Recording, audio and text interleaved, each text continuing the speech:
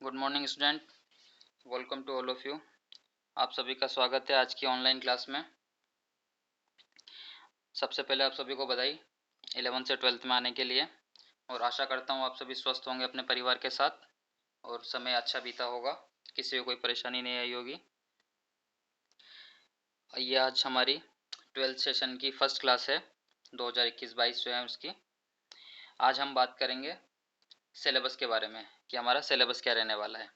अब वैसे 11th तो हमारी निकल गई, कोविड की वजह से ज़्यादा कुछ उसमें हो नहीं पाया, लेकिन 12th अब बोर्ड है और अब नेक्स्ट अब इसके काफ़ी टाइम पड़ा है तो इसके एग्ज़ाम तो होंगे, तो इसको बड़ा सीरियसली हमें पढ़ना है और शुरू से ही इसका जो भी क्लास होगी या जो इसका वर्क दिया जाएगा वो टाइम टू टाइम उसको सभी को कंप्लीट करना है।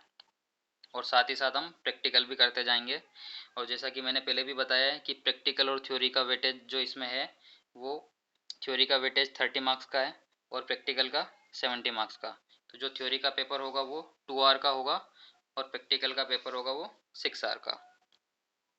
तो पहले हम थ्योरी पेपर के बारे में बात कर लेते हैं। तो इस बार का जो थ्योरी पेपर है वो उसमें जो हमने 11th में जो चीज़ें पढ़ी थी या जो समय तक हमने आर्ट के बारे में पढ़ा था, ये उससे नेक्स्ट जो समय है, नेक्स्ट काल की, उस समय की हम बात करेंगे। लास्ट ईयर हमने स्कल्पचर यानी मूर्तिकला के बारे में ज़्यादा पढ़ा था, स्थापत्य कला यानी कि आर्किटेक्चर, महल या ये जो बने हुए थे इनके बारे में ज़्यादा पढ़ा था। इस बार हम पढ़ेंगे पेंटिंग्स के बारे में। तो हमारा जो फर्स्ट यूनिट है वो है Rajasthani and Pahari school of miniature paintings.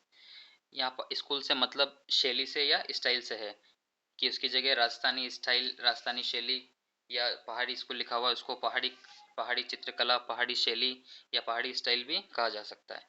और मिनिएचर पेंटिंग्स, मिनिएचर का मतलब होता है छोटा, तो ये जो पेंटिंग्स है वो काफ़ी छोटी बनी हुई थी, तो इस वजह से इसको मिनिएचर पेंटिंग्स कहा हुआ है। तो जो फर्स्ट यूनिट है वो है टेंथ मार्क का, और उसके लिए 24 पीरियड जो है वो डिसाइड किए गए। और जो सेकंड यूनिट है वो हमारा है the Mughal and the Deccan school of miniature paintings, कि उस समय हम पढ़ेंगे मुगल आर्ट और डेक्कन स्कूल। डेक्कन यानी सदर्न इंडिया, साउथ में जो है बीजापुर, गोलकुंडा, हैदराबाद, इस जगह पर या इस जगह के राजाओं के समय जो कला विकसित हुई और जो पेंटिंग्स उस समय की बनी थी उसके बारे में हम इस सेकंड यूनिट में पढ़ेंगे।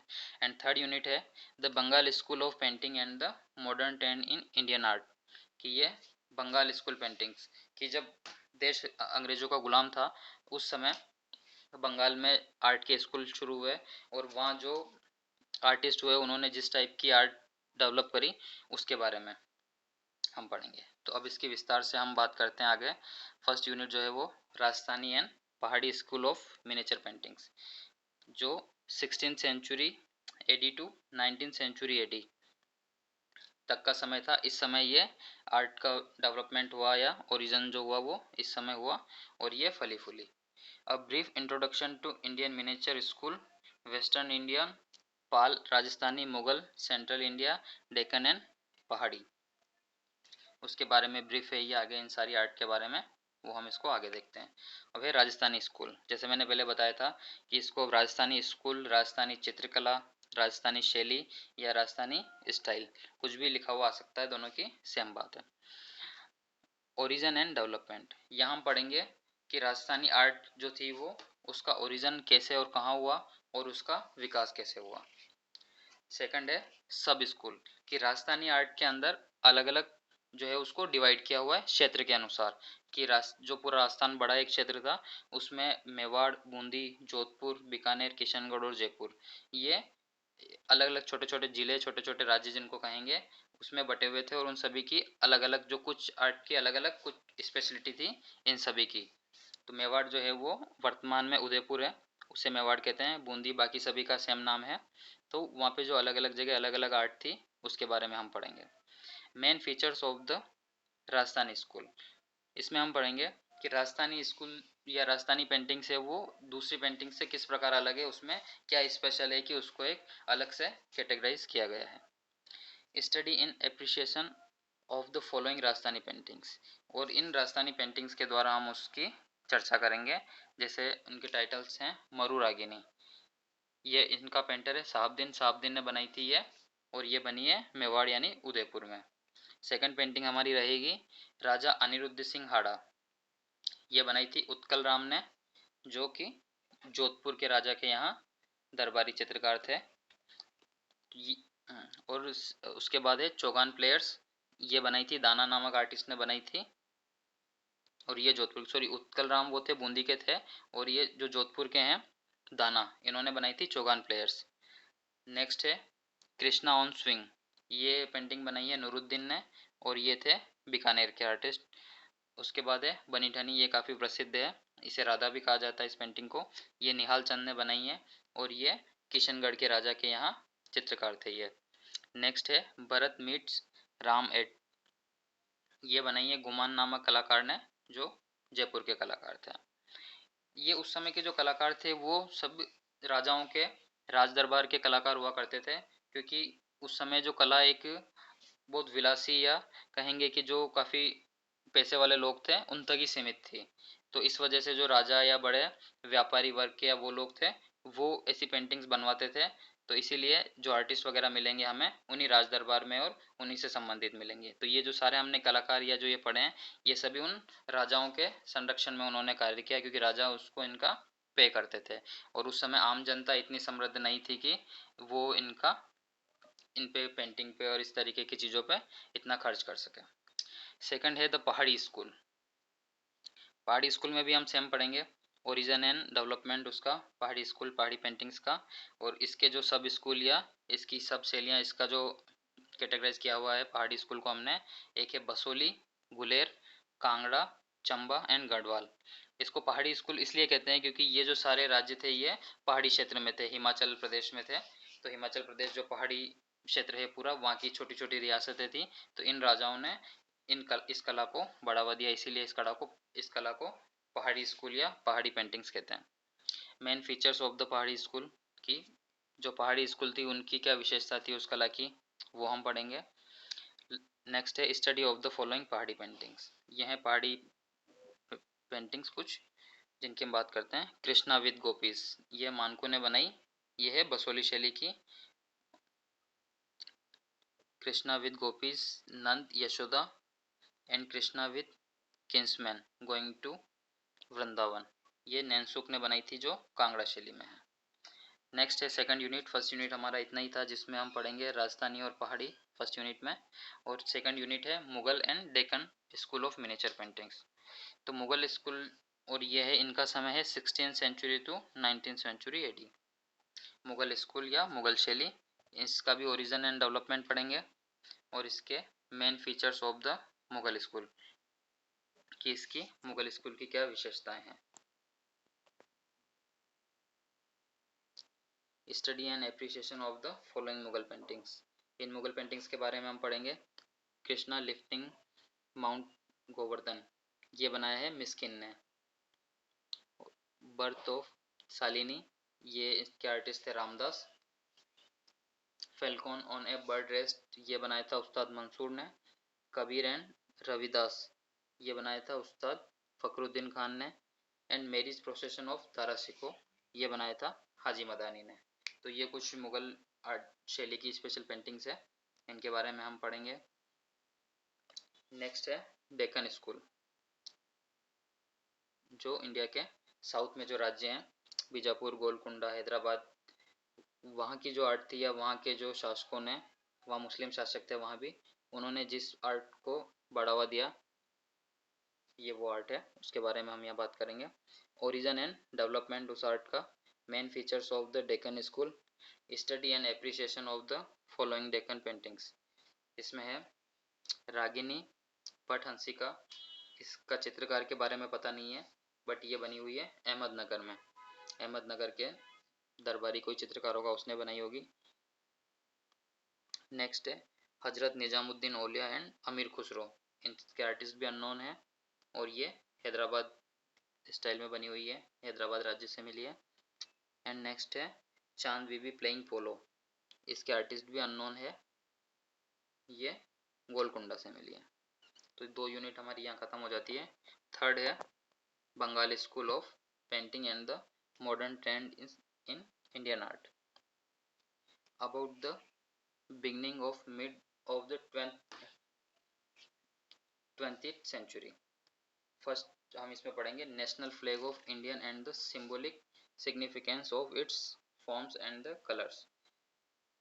जो हमारा नेशनल फ्लैग है कि उसका जो हम अभी देख रहे हैं वो किस प्रकार से बना, उसमें क्या क्या चेंजेस आए, कि वो शुरू से ऐसा नहीं था, उसको जो जैसा भी हमें दिखता है उसमें काफ़ी सारे चेंजेस आए। फिर उसमें हमने जो कलर यूज़ किए हैं, जो चक्र यूज़ किया है, वो किस चीज़ का सिंबल है, उस सब के बारे में इसमें हम पढ़ेंगे। नेक्स्ट है introduction to the Bengal school of paintings, कि बंगाल स्कूल के बारे में परिचय। Origin and development of the Bengal school of painting, main features of the Bengal school of paintings. Next है contribution of Indian artist in the struggle for national freedom movement, इसके बारे में जो उस समय के जो कलाकार थे, उस समय देश हमारा गुलाम था अंग्रेजों का, तो जो कलाकार थे उन लोगों ने आज़ादी में क्या योगदान दिया अपनी कला के द्वारा, उसके बारे में हम इस पार्ट में उसके बारे में थोड़ी चर्चा होगी। और उसके जो मेन जो आर्टिस्ट हैं वो है नंदलाल बोस, जिन्होंने उसके लिए काफ़ी काम किया था। इनकी paintings tailor of the soil, ये है इनके, इसके बारे में भी हम बात करेंगे। और नंदलाल बोस वो चित्रकार है जिन्होंने हमारा जब भारत का संविधान बना था, तो संविधान की जो मूल प्रति है उसमें जो ड्राइंग्स या चित्र जो सारे बने हुए हैं वो इन्होंने नंदलाल बोस ने बनाए हैं। और उस समय आज़ादी से पहले जो कांग्रेस के जो अधिवेशन होते थे, उसमें भी एक अधिवेशन था जो 1938 में हुआ था, हरिपुरा अधिवेशन, उसका पूरा जो स्टेज था जिसके पीछे ड्राइंग्स वगैरह थे सारे, वो नंदलाल बोस ने ही बनाए थे। इनका काफ़ी महत्वपूर्ण योगदान था उसमें, उसके बारे में हम चर्चा करेंगे इसमें। Study and appreciation of the following paintings of the Bengal school, इसके बारे में हम देखते हैं। जर्नीज एंड अवनींद्रनाथ टैगोर, एक अवनींद्रनाथ टैगोर का चित्र है जर्नीज एंड, ये इन्होंने रविन्द्रनाथ टैगोर के मोक्ष प्राप्ति या उनके देहांत पे इन्होंने बनाया था, उसके बारे में हम चर्चा करेंगे। उसमें उन्होंने एक एलिफेंट बनाया है जो पूरा थक करके जमीन पर बैठना चाहता है, आधा खड़ा और आधा जमीन पर बैठने की ऐसी स्थिति में है, जो रविन्द्रनाथ टैगोर के लिए इन्होंने बनाया था। और ये शायद अवनींद्रनाथ टैगोर की अंतिम पेंटिंग थी। रासलीला, रासलीला ये है मजूमदार की पेंटिंग है, इसके बारे में भी चर्चा की जाएगी।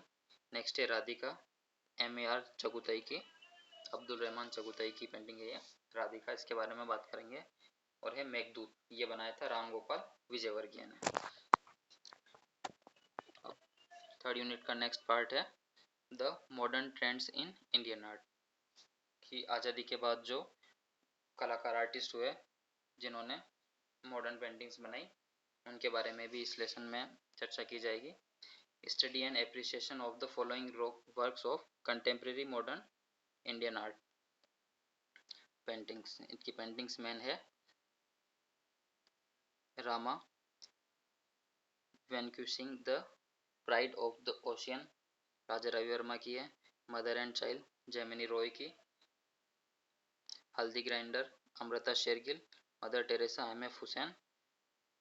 द वल्चर कैलाश दत्त पांडे की। ये सारी पेंटिंग्स हैं जो हम हमारे सिलेबस में है, इसको हम पढ़ेंगे। नेक्स्ट है ग्राफिक प्रिंट, कि ग्राफिक से जो प्रिंट किए गए थे उन प्रिंट के बारे में। वर्लपूल है कृष्णा रेड्डी की। चिल्ड्रन है सोमनाथ होरे। देवी है ज्योति भट्ट। ऑफ वॉल्स हैं Anupam Sood. And man women and tree है के लक्ष्मा गौड़। ये इनकी पेंटिंग्स के बारे में हम चर्चा करेंगे। और नेक्स्ट है स्कल्पचर, पेंटिंग देख लिया हमने, ग्राफिक देख लिया, अब है स्कल्पचर। तो स्कल्पचर यानी मूर्ति, तो फर्स्ट जो मूर्ति है इसमें है ट्रायम्फ ऑफ लेबर यानी श्रम की विजय, ये इसको बनाया था DP राय चौधरी ने। ये भी बंगाल स्कूल के ही चित्रकार हैं, चित्रकार मूर्तिकार हैं। संताल फैमिली राम किंकर बेज ने बनाई है, इसके बारे में चर्चा की जाएगी। एंड नेक्स्ट है क्राइज अनहियर्ड, ये है अमरनाथ सहगल की। गणेशा PV जानकीराम। चतुर्मुखी एक का यादा गिरी राव, ये इनके स्कल्पचर हैं, इसके बारे में हम चर्चा करेंगे। The name of artist and titles of their work art work is listed above are only suggestive and in on way executive teachers and students should expand this according to their own resource. However, the question will be set from the above mentioned artwork only. कि ये जो इन्होंने दे रखा है इस आधार पे हम आगे और भी पेंटिंग्स के बारे में हम बात कर सकते हैं अगर हमारे पास समय रहता है सिलेबस कंप्लीट होने के बाद। तो ये था हमारा थ्योरी का सिलेबस। इसके बाद हम प्रैक्टिकल के सिलेबस की बात करेंगे। तो ये ज़्यादा लेंथी नहीं है, वैसे तो छोटा सिलेबस है, बट उसमें पढ़ने के लिए जो मैटर है वो काफ़ी कुछ होगा और इसको समझने में काफ़ी टाइम लगेगा, क्योंकि इसमें जो वर्ड जो यूज़ किए होते हैं हिंदी और इंग्लिश दोनों में थोड़े से जो हैं वो हार्ड होंगे, उसको समझने में थोड़ा टाइम लगेगा। तो इस वजह से दिखने में छोटा है सिलेबस, लेकिन इसको पढ़ने में हमें काफ़ी टाइम देना पड़ेगा। तो नेक्स्ट हम बात करते हैं अब प्रैक्टिकल सिलेबस की, कि प्रैक्टिकल में हमें क्या करना है। प्रैक्टिकल का जो फर्स्ट जो है हमारा पार्ट, फर्स्ट यूनिट, वो हमने जो 11th में किया है उसी का नेक्स्ट लेवल है थोड़ा, कि उसी को हम थोड़ा ज़्यादा अच्छे से करेंगे। कि जो हमने नेचर और ऑब्जेक्ट स्टडी जो हमने करी थी, फर्स्ट यूनिट है नेचर एंड ऑब्जेक्ट स्टडी, ये 25 मार्क्स का होगा। इसके अंदर हमने क्लास में किया था जो ऑब्जेक्ट रखे थे, या फिर नेचर जो हम पोट लाए थे और लीफ जो बनाई थी उसकी, प्लांट की, वो तो उस टाइप की स्टडीज़ हमें करनी होगी कुछ फर्स्ट यूनिट के अंदर। सेकंड यूनिट है पेंटिंग कंपोजिशन। तो ये पेंटिंग कंपोजिशन है, ये संयोजन, कंपोजिशन का मतलब संयोजन होता है। तो इसमें लास्ट टाइम जो हमने बनाया था वो ओनली ज्योमेट्रिकल कंपोजिशंस थे, कि ज्योमेट्रिकल फॉर्म्स को यूज़ करके उसको हमने कंपोज किया था। लेकिन इसमें हम थोड़ा सा इस वाले सिलेबस में थोड़ा चेंज करेंगे उसको। उसमें imaginative printing based on subject from life and nature in water and poster colour with colour values, कि इसके बारे में हमें इस बार हम सब्जेक्ट जो होंगे हमारे लाइफ एंड नेचर से रिलेटेड होंगे। कि जैसे हम उसमें कोई मेला त्योहार या और कोई ऐसे सब्जेक्ट ले सकते हैं और उसको लेकर के हम कंपोजिशन बनाएंगे। और ये भी आपका जो है वो 25 मार्क्स का होगा, और उसके लिए भी 50 पीरियड डिसाइड किए हुए हैं। थर्ड यूनिट है पोर्टफोलियो असेसमेंट, कि जो वर्क दिया जाएगा ड्यूरिंग सेशन, कंप्लीट सेशन पूरे में, कि जो भी आप बनाएंगे उसकी पूरी फाइल जो है वो तैयार करनी होगी, और उस फाइल के जो आपको असेसमेंट में 20 नंबर मिलेंगे। तो पोर्टफोलियो असेसमेंट में भी ये जो सारा बनवाया जाएगा वही सारी चीज़ें हैं, उसमें कुछ स्केचेस भी होंगे। बाकी जो हम नेचर स्टडी और पेंटिंग पेंटिंग कंपोजिशन जो हम बनाएंगे प्रैक्टिस के लिए ड्यूरिंग सेशन कंप्लीट, उसकी फाइल तैयार होगी, वही पोर्टफोलियो असेसमेंट। और फर्स्ट और सेकंड जो ऊपर हमने पढ़े हैं वो उनका 3-3 आवर का पेपर होगा, उससे नंबर दिए जाएंगे। और ये पोर्टफोलियो असेसमेंट टोटल ये 70 नंबर का है। बट ये 70 नंबर जो पूरे हैं वो आपको पूरे ईयर में आप कैसे काम करते हैं, जो वर्क दिया जाता है उसको कितने सीरियसनेस से कंप्लीट किया जाता है, उस पर डिपेंड होगा ये। कि जैसे अभी लास्ट मैंने दिया था और उसमें मार्किंग की थी आउट ऑफ 10, उसी प्रकार से अब जो भी कोई कंपटीशन होगा या जो भी काम दिया जाएगा वो काम कैसे कंप्लीट होता है, कितने टाइम में आप करते हैं, उस अकॉर्डिंग वो आपका रिकॉर्ड मेंटेन होगा, और उसी रिकॉर्ड के अकॉर्डिंग आपको इसमें 70 में से नंबर दिए जाएंगे, जो सभी के लिए बहुत इंपॉर्टेंट है। क्योंकि ये जो 12th क्लास है ये एक बेस है, और इसी के आधार पे आपको अच्छे कॉलेज में एडमिशन मिलेगा अगर अच्छे नंबर आते हैं तो। और अच्छे नंबर नहीं आते हैं तो फिर किसी प्राइवेट कॉलेज में महंगी फीस पे एडमिशन लेना पड़ेगा। तो ये एक बहुत अच्छा समय है कि जिसको आप अच्छे तरीके से यूज़ कर सकते हैं आप जैसे चाहें। अगर समय को व्यर्थ करते हैं तो फिर कुछ हो नहीं पाएगा, और अगर समय का अच्छा यूज़ करेंगे तो ये आगे आगे की जो एजुकेशन है उसमें काफ़ी काम आएगा इस समय। तो हमने सिलेबस की बात तो कर ली है, और हमारा जो फर्स्ट चैप्टर है उसके बारे में हम थोड़ी सी बात कर लेते हैं कि उसको हमें कैसे करना है।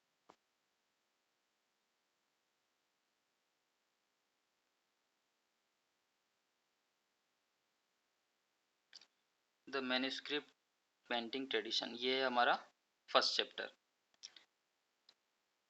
जो एनसीईआरटी की बुक है ये 12th की ओनली इंग्लिश में ही है, और जो दूसरी हिंदी वाली जो बुक है वो एनसीईआरटी की नहीं है, एनसीईआरटी ने अभी इंग्लिश में ही निकाली है। तो हम देखेंगे कि हिंदी का कैसे क्या किया जाए। अब इसके फर्स्ट चैप्टर को देख लेते हैं, उसके बाद हिंदी का भी देखेंगे। यह है मैन्युस्क्रिप्ट पेंटिंग ट्रेडिशन। मैन्युस्क्रिप्ट को हम बोलते हैं पांडुलिपि। अब जो ये शुरू हुआ था पेंटिंग का ओरिजिन जो हम कहेंगे वो सबसे पहले धर्म से रिलेटेड था, कि धर्म के प्रचार के लिए पेंटिंग्स बनाई गई।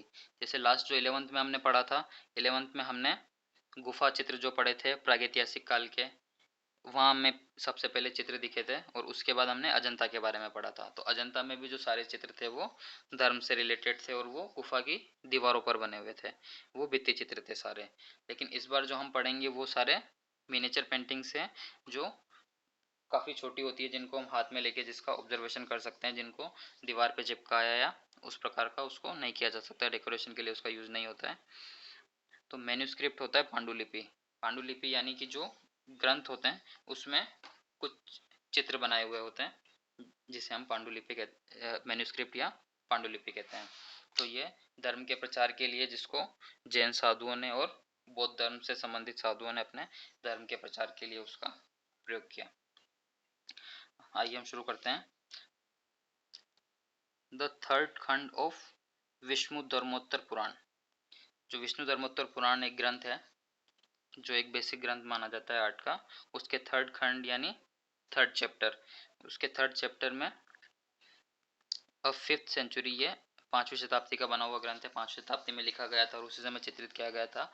इसके थर्ड चैप्टर है Chitrasutra, which should be considered as a source book of Indian art.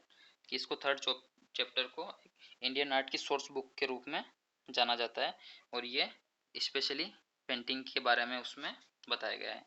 तो जो उस समय या जो भी चित्रकार थे या जो भी कलाकार, चाहे आर्ट में जो काम करते थे, आर्ट वर्क जो करते थे, उन सभी के लिए ये जो बुक थी वो सोर्स बुक थी। सभी इसी को पढ़ करके और इसके अकॉर्डिंग जो डायरेक्शन दिए हुए होते थे उसी अकॉर्डिंग वो लोग काम करते थे। तो इसको विष्णु धर्मोत्तर पुराण का जो तीसरा चैप्टर है चित्रसूत्र, वो काफ़ी महत्वपूर्ण है हमारे लिए भी, और उस समय जो काम करते थे वो लोग तो उसी को पढ़कर या उसी को देखकर वो लोग उसी के आधार पे अपना आर्ट वर्क बनाते थे। It takes about the art of image making called Pratima Lakshana. कि इसमें जो इमेज या चित्र है उसको प्रतिमा लक्षण कहा गया है विष्णु धर्मोत्तर पुराण में। Which are canons of painting, the khanda also deals with the technique, tools, materials, surface, perception, perspective and three dimensionally of human figures. कि इसके अंदर जो आर्ट की तकनीक है, किन किन तकनीकों से उस समय पेंटिंग बनाई जाती थी उसके बारे में बताया गया है, और बनाने के लिए कौन से टूल्स का यूज़ करते थे, औजार क्या होते थे उनके, उसके बारे में भी इसमें बताया गया है।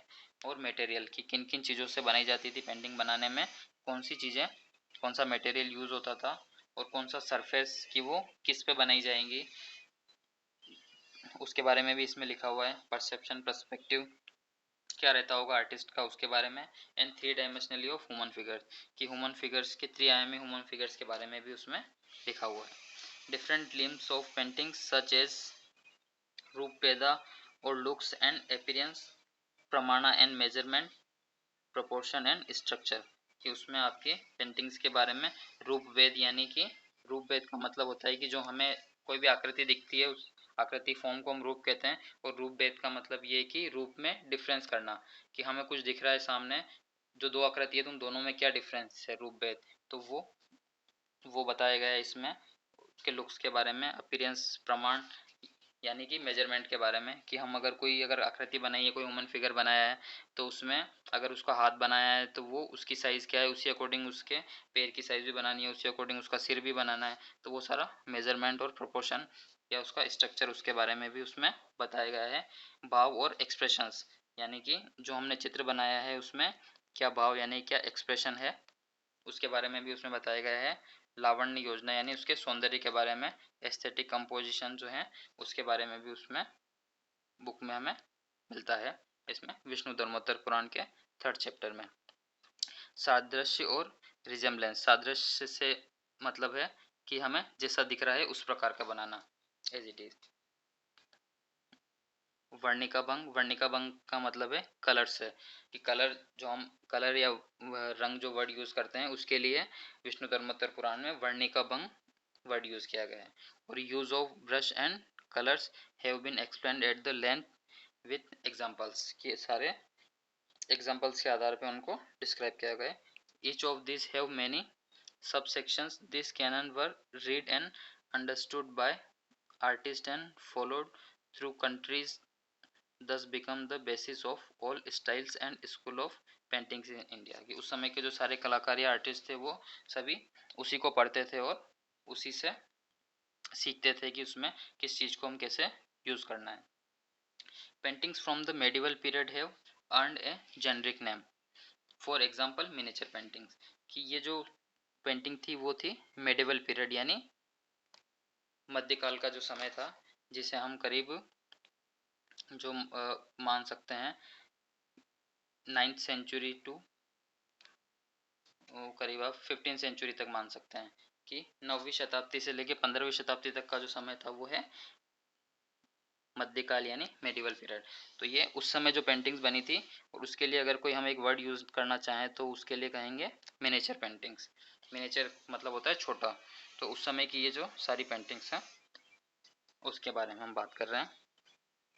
Owing to their relatively smaller size, कि ये सारी छोटे आकार में थी, इस वजह से इनको मिनिएचर पेंटिंग्स बोला गया। This miniature paintings were hand held and observed from a closer distance due to their minutes, कि ये काफ़ी छोटी थी, इस वजह से इसको हमें हाथ में लेकर के इसको ऑब्जर्व करना होता था, उसको देखना होता था। जैसे आज हम देखते हैं कि मॉडर्न टाइम में पेंटिंग जैसे एग्जीबिशंस वगैरह होती है, तो आर्ट गैलरी में जाकर के हम दूर से उस पेंटिंग को देख सकते हैं, ऑब्जर्व कर सकते हैं। बट इन मिनिएचर पेंटिंग्स में ऐसा नहीं होता था, इस दूर से हम उसको नहीं ऑब्जर्व कर पाते थे, देख नहीं पाते थे उसको, इसीलिए इसका नाम भी शायद इसीलिए इसको मिनिएचर पेंटिंग्स रखा है। The walls of the patron, patron का मतलब होता है संरक्षक, कि जो उस कला को बढ़ावा देते थे या जिनकी वजह से वो कला का विकास हुआ, क्योंकि हर चीज़ के लिए इकोनॉमी चलाने के लिए या इसके लिए पैसे की ज़रूरत होती है, और अगर कोई आर्टिस्ट पेंटिंग बना रहा है तो जब तक उसे पैसा नहीं मिलेगा तब तक वो आगे काम नहीं कर पाएगा। तो इस वजह से जो पेट्रोन संरक्षक जो लोग थे, जो उस समय व्यापारी या फिर राजा जो लोग थे, वो इनको बढ़ावा देते थे और उनको पैसा मुहैया कराते थे, उपलब्ध कराते थे, उस चीज़ की कीमत देते थे। तो उसी वजह से इस कला का विकास हुआ आगे। पेट्रोन्स मेंशंस यानी महल, घर या हवेली, और पेट्रोन संरक्षक यानी संरक्षक की जो हवेली या उनके जो घर थे, were often decorated with mural paintings, hence this miniatures were never intended to be put up on the walls, कि उस समय के जो पेट्रोन्स जो थे वो अपने घरों में वॉल पेंटिंग बनाते थे, वॉल पेंटिंग बनवाते थे घर के डेकोरेशन के लिए, या अपने जो राजा थे वो अपने महल के डेकोरेशन के लिए। तो ये जो मिनिएचर पेंटिंग्स है, ये जो उसमें वॉल पे हैंग होने के लिए या डिस्प्ले करने के लिए नहीं होती थी, उसके लिए तो वो वॉल पेंटिंग्स बनवाते थे। ये जो थी मिनिएचर पेंटिंग्स, ये इनका बनाने का उद्देश्य घरों में लगाना नहीं होता था, जो हम आगे पढ़ेंगे इसके बारे में बात करेंगे। A large section of paintings are appropriately referred to manuscript illustration, ये जो थी वो लार्ज, जो इसकी बहुत बड़ी मात्रा में जो बनी हुई है ये मैन्यूस्क्रिप्ट इलिस्ट्रेशंस हैं ये, as they are pictorial translation. Pictorial translation मतलब कि ये है कि जो काफ़ी धर्म से रिलेटेड जो ग्रंथ लिखे गए हैं, बौद्ध धर्म में, जैन धर्म में, उन ग्रंथ में जो स्टोरीज लिखी हुई हैं या जो कुछ उनकी शिक्षा के बारे में या किसी की जीवनी के बारे में कुछ लिखा हुआ है, तो उसका ट्रांसलेशन पिक्चराइजेशन में, कि अगर कोई उस लैंग्वेज को पढ़ नहीं पा रहा है तो भी उस चित्र को देख करके समझ जाए, उसके लिए इनका यूज़ किया गया है। ये ज़्यादातर चित्र इस वजह से बनाए गए हैं। जैसे आज हम विज्ञापन देखते हैं, एडवर्टाइजमेंट देखते हैं, अगर वो किसी दूसरी लैंग्वेज में, या कोई जो हिंदी पढ़ता है वो इंग्लिश नहीं जानता है, तो वो भी उसको जो विज्ञापन में, एडवर्टाइजमेंट में जो ड्राइंग्स हैं उनको देख करके समझ जाता है। तो इसी प्रकार से ये जो बनाई गई थी पेंटिंग्स, ये भी एक पिक्टोरियल ट्रांसलेशन है, कि चित्रित ट्रांसलेशन की, उसको नहीं जानने वाला भी उसको समझ सके, या फिर उसको थोड़ा एट्रैक्टिव बनाने के लिए कि लोगों का इंटरेस्ट बढ़े और वो उसको बुक को या ग्रंथ को पढ़े, इस चीज़ के लिए ये बनाए गए थे। Pictorial translations of poet verses from epics and various canonical literary bardic or music text manuscript with verses handwritten on the topmost portion of the painting in clearly demarcated box like space. Sometime one find the text not in the front but behind the work of art, कि ये जो paintings जो थी इसके ऊपर किसी एक box में बनाते थे इनको, उसके ऊपर या नीचे ये टेक्स्ट लिखा हुआ था। टेक्स्ट काफ़ी अलग अलग टाइप के हो सकते थे, जिसके अंदर कोई पौराणिक, बार्टिक का मतलब होता है पौराणिक कवि, कि पौराणिक कवि की पुरानी जो कहानियाँ हैं वो कुछ म्यूजिक टेक्स्ट होते थे उसमें, या कुछ हाथ से लिखा हुआ जो होता था वो मोस्टली टॉप मोस्ट जो पेपर के ऊपर में जो टेक्स्ट लिखा होता था, बीच में कुछ पेंटिंग्स होती थी और नीचे फिर उसमें टेक्स्ट लिखा होता था। बहुत काफ़ी बार टेक्स्ट है वो आगे ना होकर के उसके बिहाइंड, मतलब पीछे की तरफ, आर्ट वर्क के पीछे की तरफ भी लिखा होता था, क्योंकि ये जो थी वो टेक्स्ट के लिए नहीं होती थी, ये एज ए बुक है थी, ये सारी आर्ट, कि वो एक म्यूज़ियम में या बुक में या लाइब्रेरी में रखी होती थी, इसके लिए बनती थी, तो उसको दूसरी तरफ से भी यूज़ करते थे कि फ्रंट पे कोई ड्राइंग है, अगर वो ज़्यादा बड़ा है तो उसका जो रिटर्न टेक्स्ट मैटर है वो पीछे की तरफ लिखा होता था। Manuscript illustrations were methodically conceived in thematic sets, such set comprising several loose paintings और folio। ये जो पेंटिंग्स हैं हमें वो लूज में भी मिली है और एक साथ मतलब कि इनका बुक के रूप में भी मिली है। Etch folio of painting has its corresponding text,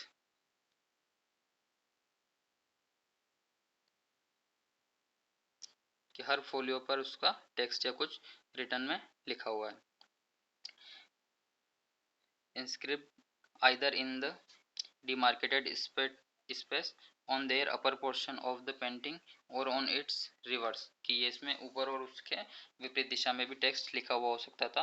accordingly one would have sets of the Ramayana paintings और भगवत गीता पुराण और महाभारत और गीत गोविंद रागमाला एक्सेट्रा, कि इसमें हम रामायण, भगवत गीता, महाभारत, गीत गोविंद, रागमाला आदि ये ग्रंथ है जिनको भी चित्रित किया गया था, कि इनको लिखा जाता था। इनकी प्रतिलिपियाँ जैसे आज फोटोस्टेट होती है, प्रिंट होते हैं, उस प्रकार के नहीं होते थे। अगर आपको रामायण, दूसरी रामायण की अगर एक कॉपी चाहिए तो वो फिर से पूरी बनानी होती थी, जिसमें काफ़ी आर्टिस्ट का काम रहता था, जिसमें लिखने वाला एक अलग आर्टिस्ट होता था, ड्राइंग बनाने वाला एक अलग होता था, फिर उसको उसको बाइंड करने वाला एक अलग आर्टिस्ट होता था। तो अलग सभी लोग मिल करके इसको तैयार करते थे।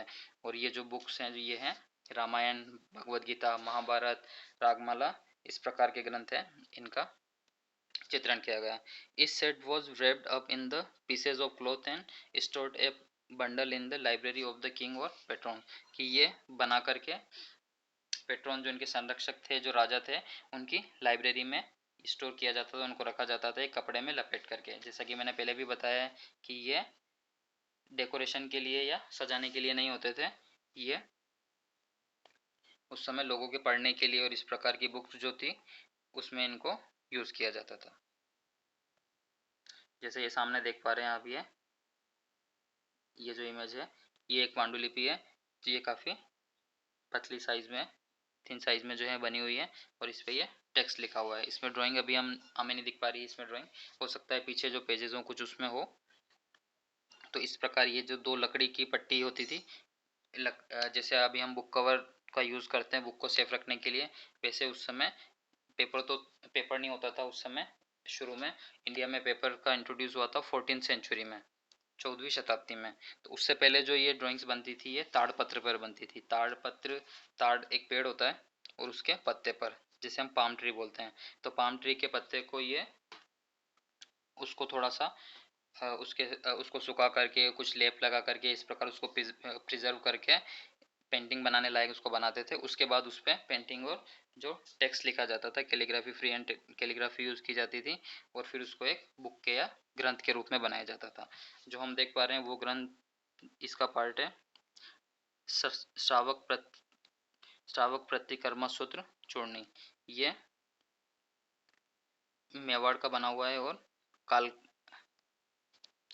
कमला चंद्र के द्वारा बनाया गया है, जो 1260 ईस्वी का है। जो अभी इसको हम देख सकते हैं बोस्टन संग्रहालय, बोस्टन के म्यूजियम में ये रखा गया है। The most important folio page of the set would be the colophon page. जो कोलोफोन पेज होता था वो मोस्ट इम्पोर्टेंट होता था, जिसके ऊपर कोलोफोन पेज पे सारे आर्टिस्ट के नाम, जिन्होंने उसमें काम किया है, जिन्होंने बनाया है, जिसने बनवाया है, किस समय बनाया है, किससे संबंधित है, ये किससे रिलेटेड है, वो सारी जानकारी इस कोलोफोन पेज पर होती थी। Which would furnish information regarding the name of the patron, जैसे मैंने बताया कि इसमें संरक्षक का नाम, आर्टिस्ट का, स्क्राइब और डेट एंड प्लेस की वो किस समय और कहाँ बनाए, उस कमीशन ऑफ कि उसको बनाने वाले जैसे उनका सभी नाम, completion of the work and the other such important details. और जो भी उस ग्रंथ के बारे में महत्वपूर्ण डिटेल्स होती थी वो कोलोफोन पेज, जैसे कि आज हमारी बुक का मेन पेज जो होता है उसी प्रकार से कोलोफोन पेज जो होता था उसके ऊपर ये सारी जानकारी होती थी। However, due to ravages of time, the colophon page have often going missing, compiling scholars to attribute missing particulars on the basis of their expertise, कि समय के साथ जो थी वो इतने समय तक उसको रखने के अंदर धूप, पानी, हवा, काफ़ी सारी चीज़ें और मौसम की वजह से नमी और इसको ढंग से संभाले नहीं जाने के कारण इसमें ये कोलोफोन पेज जो है वो नष्ट हो गए। काफ़ी सारी पांडुलिपि या मैन्युस्क्रिप्ट के हैं वो हमें अभी प्राप्त नहीं है। तो इस वजह से जो एक्सपर्ट लोग हैं उनको उसको डिस्क्राइब करने में या वो किस समय बनाए उसको करने में थोड़ी कठिनाई आती है, लेकिन वो उसको पूरा पढ़ के और वो किस समय का वर्णन हो सकता है वो उसके आधार पे वो बताते हैं कि ये कब का बना हुआ और किसके द्वारा या किस राजा के समय बनाया गया होगा।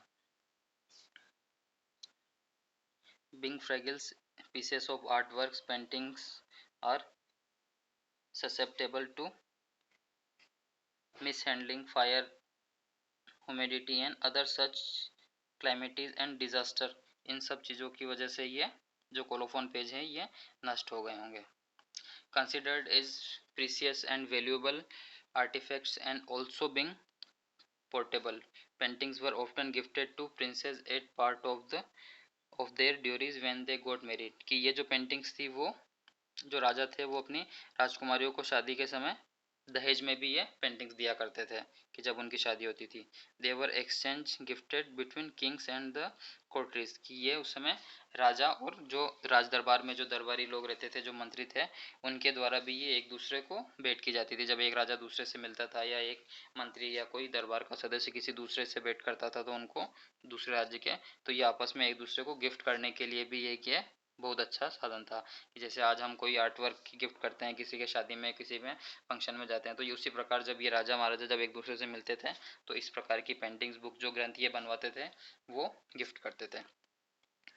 Painting also travelled to remote religions with moving pilgrims, monks, adventures, traders and professional narrators. कि ये उस समय पेंटिंग्स थी, ये उस समय साधुओं के द्वारा, जो लोग साधु थे या एडवेंचर जो घूमने वाले लोग थे, इधर उधर घूमते थे, ट्रेडर्स जो लोग बिजनेस करते थे, प्रोफेशनल जो थे व्यापारी थे, वो लोग अपने साथ इन किताबों को या इन ग्रंथों को बनवाते थे और वो लेके जाते थे ताकि लोगों तक ये पहुँचे।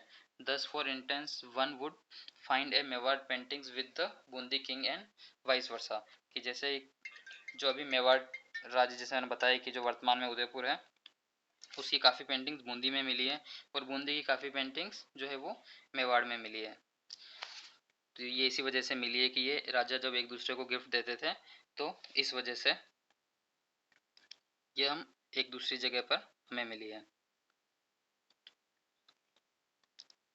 Reconstructing the history of paintings is a phenomenal task. There are fewer dated set compared to undated ones when arranged chronologically.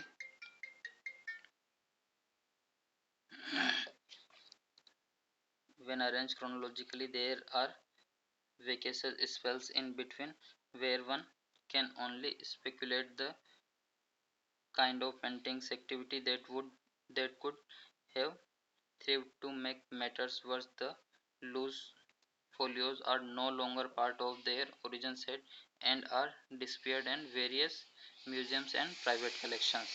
इसमें काफ़ी सारी जो पेंटिंग्स हैं ये जब समय के साथ ये जो पूरी बुक जो बनाते थे ये लोग, समय के साथ ये इधर उधर हो गई। इसमें कुछ पेंटिंग किसी के पास, कुछ किसी के पास हो गई। जो जैसे अंग्रेजों के समय, गुलामी के समय काफ़ी अंग्रेज लोग उसको अपने वहाँ विदेश में ले गए, तो काफ़ी सारी जो हमें विदेश के संग्रहालय या म्यूजियम में मिलेगी। कुछ हमें जो नेशनल आर्ट गैलरी है इंडिया की दिल्ली में वहाँ मिलेगी, या कोई ऐसे जो प्राइवेट जो संग्रहालय हैं उन्होंने भी उनको खोजा और अपने पास रख लिया, तो वो अलग अलग जगह वो मिलेंगी। आज हम इतना ही करते हैं, नेक्स्ट क्लास में हम आगे पढ़ेंगे। Thank you.